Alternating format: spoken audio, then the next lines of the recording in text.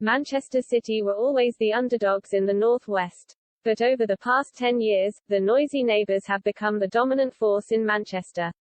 Ahead of Saturday's Manchester derby at Old Trafford, which sees Pep Guardiola's much-fancied City side go to a stuttering Man United, Micah Richards reflects on his former club's transformative rise and what their local rivals must do to get back on top. City in the shadows. In 2001, the year Micah Richards joined Manchester City's academy, his new club had just been relegated to Division 1. It was a frustrating blow for City, who had only just clawed their way back from the third tier, amid a 4-year exile from the Premier League. In contrast, Manchester United won their third title in a row, finishing 10 points clear of their nearest challengers Arsenal.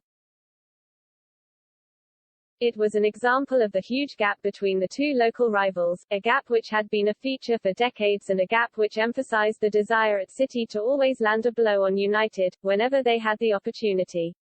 I came to the academy when I was just 14, says Richards. I was from Leeds originally, so we didn't really like Man United. But when I went to Man City it was like, they hate us so we have to hate them as well. We were a little bit in their shadow because of their history. All through the ages that was the game. No matter what happens in the league, this is the game, this is the most important one. I absolutely loved it from a young age, and when I got to do it for the first team, it was like a dream come true. Richards' first experience of a first-team Manchester derby came in December 2006.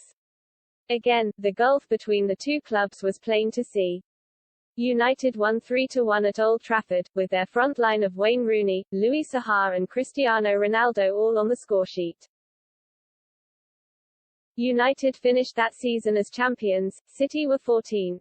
City's next trip to Old Trafford was more successful, with the visitors winning 2-1, on a day when both clubs marked the 50th anniversary of the Munich air disaster in 2008. It was a really emotional and sad day, Richards says. But the derbies were always special memories. A few months on from that February fixture, City's fortunes were transformed. The Abu Dhabi United Group bought the club and the beginning of their ascent to becoming a Premier League powerhouse themselves began. 2011, a defining year in Manchester. While the initial excitement about City's takeover fizzed around the blue half of Manchester and headline signings, such as the controversial transfer of Carlos Tevez from United, gave the club's supporters reason to believe good times were coming, there were missteps and setbacks during the early seasons of this new era. It wasn't until 2011 that the real signs of a shift in the city became clear. And even then, the February league meeting between the sides at United spun the way of the team in red, when Wayne Rooney produced his incredible overhead kick to keep local bragging rights for his side's supporters and set United on course for another Premier League title.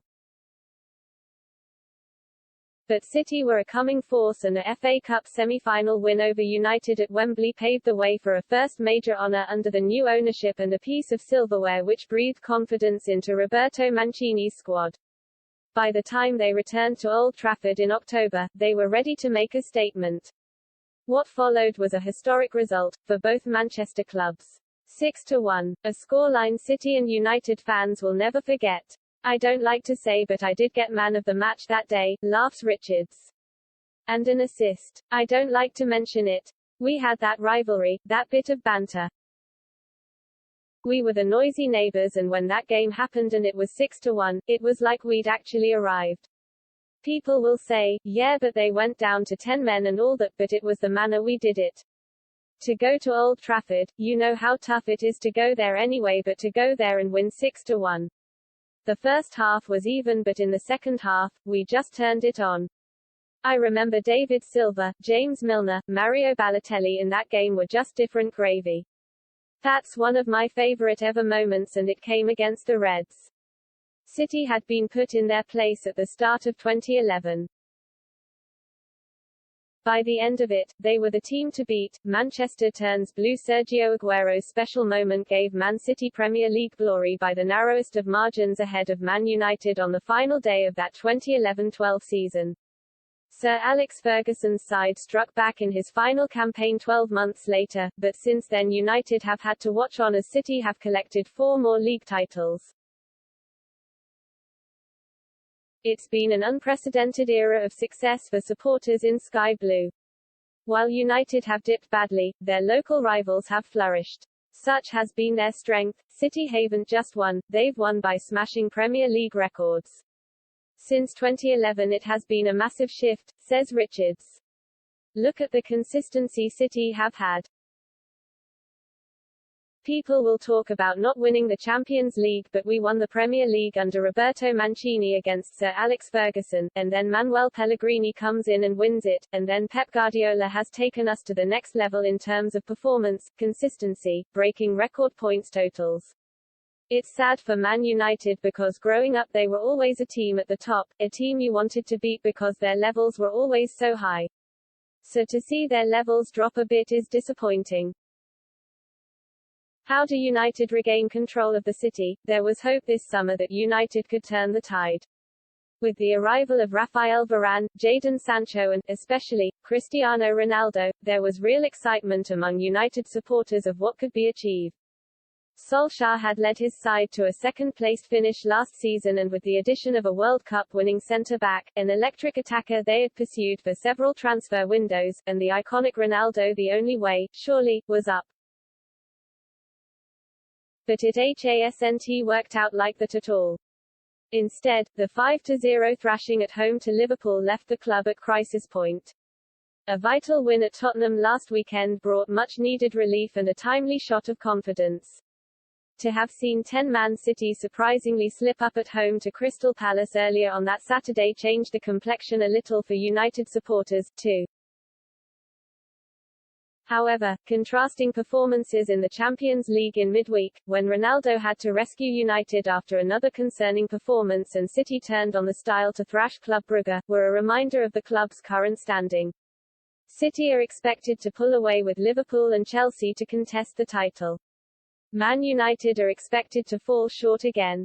But there is just a 3-point gap between them for now. Will United seize the moment? They have a squad which looks like it can compete again, says Richards. However, the former City man pointed out that consistency and weaknesses in defensive midfield must be addressed if United are to regain the upper hand in Manchester and the Premier League. If you look at the squads, I think City's squad can perform on a more consistent basis, says Richards. If you look at it man for man, I think Man United's squad is up there. I still think they're a little bit light in that defensive midfield area. I really do like Scott McTominay, but I think too much pressure has been put on him in terms of their stature and where the club wants to go. Fred is hot and cold. Some days he has unbelievable games and then you watch him and he makes basic mistakes. If they want to truly challenge for that title and mix it with the likes of Man City, Chelsea and Liverpool, then they're going to have to sort out that area. Once they've done that, I think they can compete with the best. A Manchester derby win for United would be a big statement given their up-and-down start to the season. But this City side under Guardiola enjoy the dominant status in their hometown, and the citizens in Manchester have no intention of giving up these glory days easily.